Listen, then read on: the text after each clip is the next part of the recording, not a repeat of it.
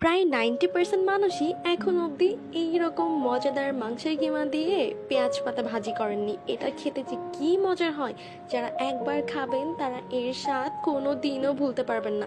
তো প্রথমেই লাগবে বেশ কিছু পরিমাণ পানি, যার মধ্যে পরিমাণ মতো লবণ এবং কিছু পরিমাণ তেল অ্যাড করে পেঁয়াজ পাতাগুলোকে প্রায় 90% মতো সিদ্ধ করে নিতে হবে।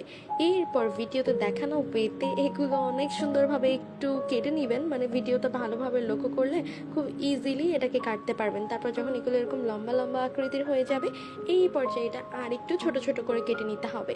তারপর আগে থেকে সয়া সস দিয়ে ম্যারিনেট করে রাখা মুরগির মাংস একটু তেলের মধ্যে ভেজে এর মধ্যে বেশ কিছু পরিমাণ মরিচ কুচি অ্যাড করতে হবে।